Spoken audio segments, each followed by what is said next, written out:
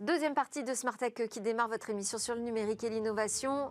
On va parler football dans cette deuxième partie, football et mobile business. Mobile business, c'est la chronique de Jérôme Bouteiller. Bonjour Jérôme. Bonjour Delphine. Je rappelle que vous êtes le fondateur, rédacteur en chef d'Écran Mobile. Et vous êtes venu accompagné aujourd'hui de Martin Jaglin. Bonjour Martin. Bonjour. De Mon Petit Gazon et Mon Petit Prono, c'est la nouveauté. On ne va pas en parler tout de suite, on va d'abord donner un peu de contexte sur ce marché du mobile en cette période de Coupe du Monde de football. Est-ce qu'aujourd'hui, on peut dire que ce sont le foot et le mobile, deux univers qui convergent? Alors oui, on peut le dire, même si l'écran traditionnel du foot, c'est évidemment l'écran du téléviseur, vous le savez, avec des droits du foot qui sont achetés par des grandes chaînes de télévision et qui leur permettent d'attirer des millions de téléspectateurs. Le dernier match de l'équipe de France de football contre la Pologne de dimanche, que vous avez sans doute regardé, a permis à TF1 de faire sa meilleure audience de l'année, 14 millions de téléspectateurs avec un pic à 17 millions. C'est tout bonnement exceptionnel désormais dans le monde de la télévision. Et on peut légitimement atteindre le cap des 20 millions de téléspectateurs pour la finale, en espérant que la France y participe. À l'inverse, les géants du mobile sont plutôt discrets pour l'instant dans cet univers du foot. On n'a vu aucun opérateur ou aucun constructeur de smartphones partenaire de la FIFA et de la Coupe du Monde cette année, mais pas non plus d'intérêt pour les droits de retransmission. Mais bon, les choses pourraient progressivement changer. Est-ce que ça veut dire que les géants du mobile, aujourd'hui, ne s'intéressent pas au foot? Alors, les géants du mobile ne s'intéressaient pas au foot, mais effectivement, les choses changent. Les grands groupes américains, vous le savez, leur sport de prédilection, ça va être le basketball, le baseball ou même le football américain, un foot qui se pratique d'ailleurs principalement avec les mains et qui devrait changer de nom.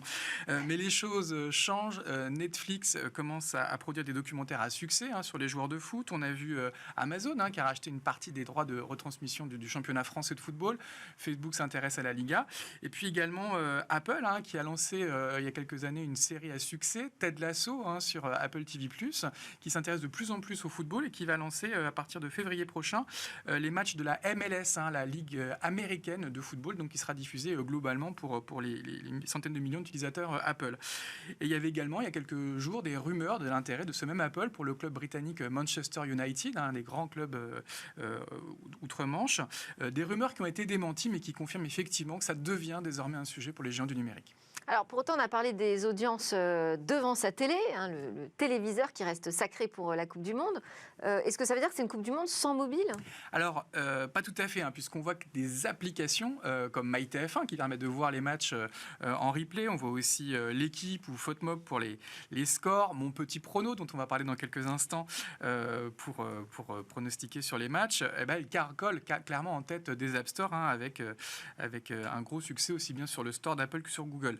Le foot, c'est également un sujet de conversation sur les réseaux sociaux, Facebook ou Twitter. Chaque match aujourd'hui de la Coupe du Monde est en tête des trending topics de Twitter. Et puis globalement, le smartphone, c'est clairement le second écran, qu'on soit derrière son téléviseur ou qu'on soit au stade, pour partager ses émotions avec ses proches. Mais ça semble plus un mariage de raison, finalement. Oui, en tout cas, les deux environnements ont vocation à converger. Le mobile, on le rappelle, est utilisé aujourd'hui par plus de 5 milliards de personnes sur Terre. C'est le premier écran, clairement, à l'échelle planétaire. Et de même, le football, c'est aujourd'hui le sport le plus populaire, plus de 300 millions de pratiquants dans le monde et des audiences qui devraient dépasser les 3 milliards de téléspectateurs cumulés pour cette Coupe du Monde au Qatar. Donc, deux univers ultra populaires qui ont clairement vocation à converger, même si, pour le moment, l'heure est encore un petit peu à l'attentisme. Merci beaucoup Jérôme pour cette entrée en matière. On va maintenant passer à une séquence de questions avec Martin Jaglin. Martin Jaglin, donc fondateur de Mon Petit Gazon, c'est un jeu français donc, de football fantasy. Est-ce que vous diriez que vous êtes un peu l'ancêtre de Sorare? On existait avant, on existera toujours, je pense, longtemps. Non, on connaît bien Nicolas Julia et sa boîte, et on est hyper impressionné de ce qu'ils font. Je trouve que c'est une rare boîte française qui ose aller à l'étranger, et ils auraient pu rester en France et en Europe, faire les ligues européennes. Ils ont attaqué les US, ils ont eu le basket, ils ont eu le baseball. Et pour autant, il y a des grosses différences entre leur jeu et le nôtre. Nous, c'est gratuit, il n'y a aucune implication financière, pas besoin de dépenser de l'argent. Et c'est pour ça qu'on... Vous n'aurez pas des problèmes de réglementation sur les jeux d'argent, comme Sorare est en train de le vivre là en ce moment? L'ANJ peut venir chez nous. Nous, c'est vraiment du fun et il n'y a rien à gagner. Ouais. Et c'est ça la principale fierté qu'on a, c'est qu'il y a beaucoup de personnes qui viennent sans avoir gagné une voiture, un voyage aux Seychelles ou de l'argent. Ils viennent parce qu'ils s'amusent entre eux et c'est juste la fierté de qui sera le premier parmi ses amis, parmi ses proches et parmi ses... Pour autant, collègues. la Ligue de football professionnel vous a regardé de près à un moment, non? Il y a eu une mise en demeure. Exactement, elle nous a regardé de très près. En fait, la Ligue de foot, ça marche un petit peu ça marche par présidence et chaque président donne son ton à son mandat. Il y a eu l'époque de Thiriez qui était un peu plus, disons, on va dire moins porté sur l'innovation pour être sympa et qui était plus en mode à nous mettre en demeure parce que en fait, l'innovation, la start-up française qui Qu'est-ce qui bouscule le un peu les gênait? codes, en fait, pensait que la Ligue 1 était qu'on n'avait pas le droit de faire le jeu qu'on faisait de la façon dont on le faisait tout simplement. Voilà. Après, il y a la présidence de Didier Quillot qui était beaucoup plus porté business avec Orange, Lagardère, etc., qui a vu dans Mon Petit Gazon l'opportunité pour le foot français d'être encore plus reconnecté que ses fans. Une personne qui joue à notre jeu, il suit 2 fois plus la Ligue 1 qu'un fan de foot lambda. Et ensuite, il y a eu l'époque actuelle avec Vincent Labrune qui a été poussé par le fonds CVC, qui a mis 1,5 milliard dans le foot français et qui a dit il faudrait plutôt que de faire un partenariat avec eux, il faudrait les racheter. Carrément. Et donc, ça fait 2 mois qu'on est officiellement dans la Ligue de foot française. Waouh, ok. Ça change tout Ça ou change. ça change rien? Si, ça faisait 10 ans qu'on bidouillait à faire des dessins sur des maillots de foot, qu'on n'avait pas les images, qu'on n'avait pas les vidéos, et que tout d'un coup, en fait, c'est la caverne d'Alibaba. On a accès à tout. Et donc, on avait déjà un jeu qui a été populaire. Et là, en fait, on a 1 ou 2 ans devant nous à intégrer tout ce qu'on n'a jamais eu dans notre jeu. Alors, Mon Petit Gazon, c'est ce qu'on appelle du fantasy football, hein, c'est ça. Et c'est limité aujourd'hui au championnat de France de football. Et pour la Coupe du Monde, du coup, vous ne pouviez pas utiliser cette application. Vous en avez lancé une nouvelle. Voilà, en fait, Mon Petit Gazon, c'est de août à mai. On choisit des joueurs de foot. C'est basé sur plusieurs championnats dans la Ligue 1. Alors oui, on ne l'a pas dit, mais c'est une appli mobile. Hein. C'est une appli. Mon Petit Gazon, c'est une appli. Mon Petit Prono, c'est une appli. Et en fait, effectivement, nous, généralement, de juin à août, on n'a plus rien à faire. Donc, on avait inventé ce jeu Mon Petit Prono pour nous occuper à chaque fois qu'il y a l'Euro ou la Coupe du Monde, une fois tous les 2 ans. Et c'est la première fois que ça a lieu en hiver. Donc, il y avait pas mal d'interrogations. Est-ce que ça a marché? Est-ce que les gens vont pas être tranquilles chez eux? Il y avait les sujets de boycott, etc. Donc, il y avait pas mal d'inconnus. Mais en fait, ce qu'on voit, c'est que ça fait depuis 6 ans que le jeu existe. À chaque fois, on franchit des paliers assez dingues. On avait 850 000 participants il y a 4 ans pour la Coupe du Monde en Russie. On en a eu 1 100 000 il y a 2 ans pour l'Euro. Et puis là, on en a 1,8 million bientôt. On devrait passer la barre du 1,8 million de Français qui se connectent quasiment chaque jour à l'application pour faire des petits pronos sans argent en jeu, juste pour déconner contre sa famille et ses collègues. On est loin du boycott de la Coupe du Monde du Qatar. Oui, je crois que ça reste un peu pieux. Par rapport à Mon Petit Gazon, c'est quoi la différence de chiffres?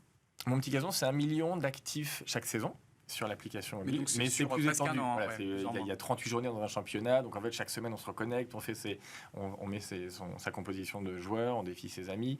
C'est plus un feuilleton, une série sur 1 an, Mon Petit Gazon.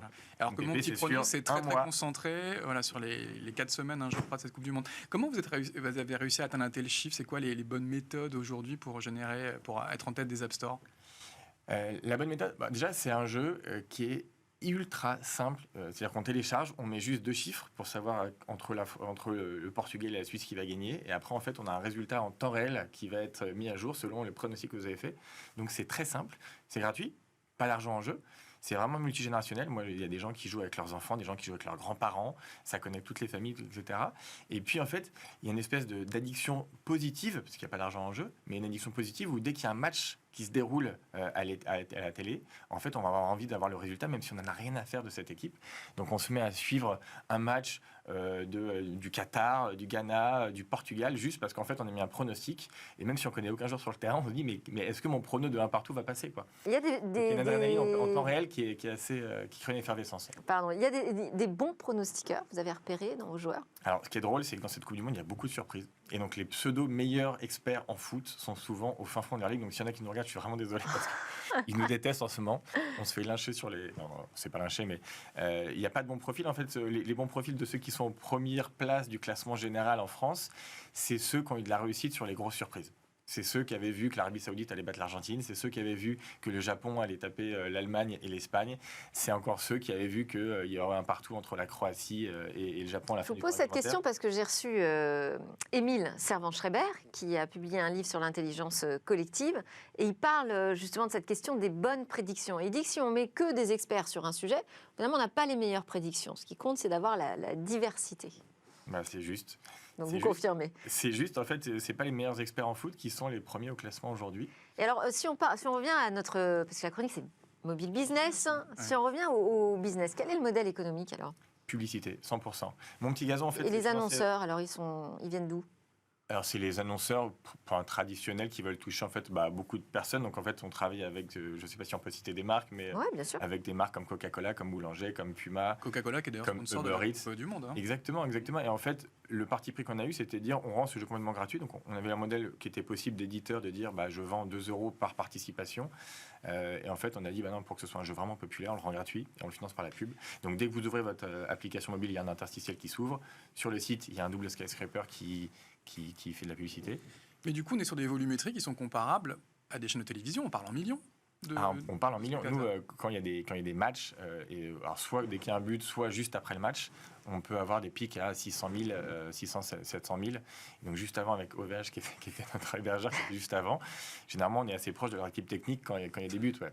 D'accord. Si Mbappé marque un doublé en finale, je pense qu'on sera bien au taquet sur les serveurs pour voir si ça tient. Et du coup, c'est légitime de voir des annonceurs qui étaient présents en télévision basculer sur des applications comme Mon Petit Prono, parce que c'est les mêmes audiences et les mêmes volumétries. Oui, exactement. Et puis en fait, on touche tous les annonceurs qui Ça leur veulent coûte être- moins cher peut-être que la télé quand même. Je pense. Arrêtez vos budgets télé, venez. Mais en fait, effectivement, il y a tout intérêt dans le quotidien des gens qui jouent. Donc en fait, chaque jour, en fait, on prend son application plusieurs fois. Et au final, en fait, on est intégré à tous les... Enfin, on est assez bon pour tous les annonceurs qui veulent vendre des Uber Eats, des snackings de l'apéro, des livraisons chez soi, enfin tous les... Voilà. Et donc les formats qu'on comprenne bien, c'est pas forcément des spots vidéo de 30 secondes ou plus comme en télé, c'est des petites images qui s'affichent à l'ouverture de l'application. Effectivement, on n'a pas du contenu vidéo, donc on ne fait pas du pré-roll de 30 secondes ou avec un contenu de 30 minutes de vidéo derrière. En fait, on veut snacker mon petit prono, ça va vite, on veut juste mettre un petit prono. Donc c'est des formats très courts, impactants mais courts. J'ouvre mon téléphone, j'ai un interstitiel plein écran qui peut faire moins de 5 secondes généralement. Voilà, en fait, on a des taux de CTR qui sont hyper bons parce qu'en fait, le taux de clic est au-dessus de 2,5% en moyenne, donc c'est un peu au-dessus des moyennes marché. Et parce que, en fait, c'est pas un sapin de Noël, on a privilégié un seul format, mais qui marche bien, plutôt que d'en avoir des dizaines. Quoi. Alors pour revenir un peu à ce qu'on disait avec la chronique de Jérôme, parce que là vous nous dites j'ai plein d'utilisateurs, plus d'1 million d'utilisateurs sur mon petit prono qui vient d'être lancé. Vous avez plein d'annonceurs qui sont le même type d'annonceurs qu'on peut retrouver sur des grandes chaînes de télé, des revenus, tout ça. Bon, la Ligue de football, ok, vous a repéré, très bien, elle vous a racheté, mais est-ce que les GAFAM sont en embuscade? Parce que quand il y a des beaux marchés comme ça ne laisse pas insensibles les géants du numérique, a priori. Alors, les GAFAM, c'est un peu ce que disait Jérôme dans son introduction. En fait, elles picorent, elles achètent quelques droits télé par-ci par-là pour l'instant dans le football. Alors, il y a Prime qui a acheté une grosse partie des lots du championnat de France. Mais sinon, en fait, aujourd'hui, elles ne se sont pas positionnées sur de la prédiction, sur du fantasy gaming. C'est du gaming assez pointu.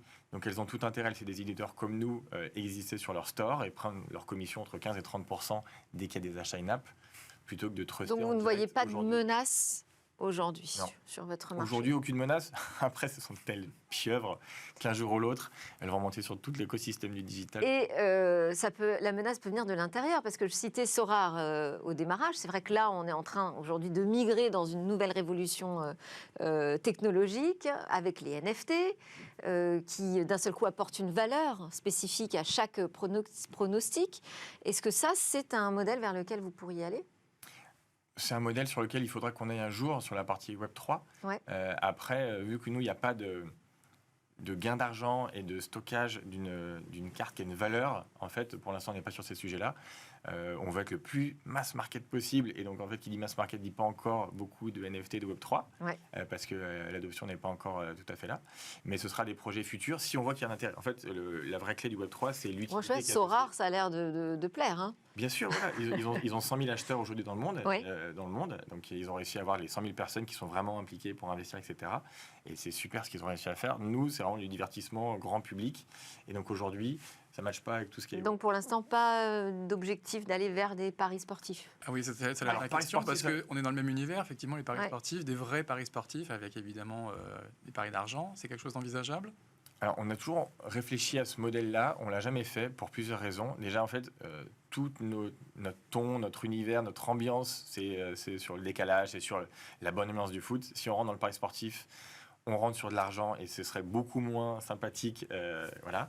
Et puis après, c'est très très régulé, c'est audité, c'est surveillé. Ok. Donc c'est pas du tout le projet à date.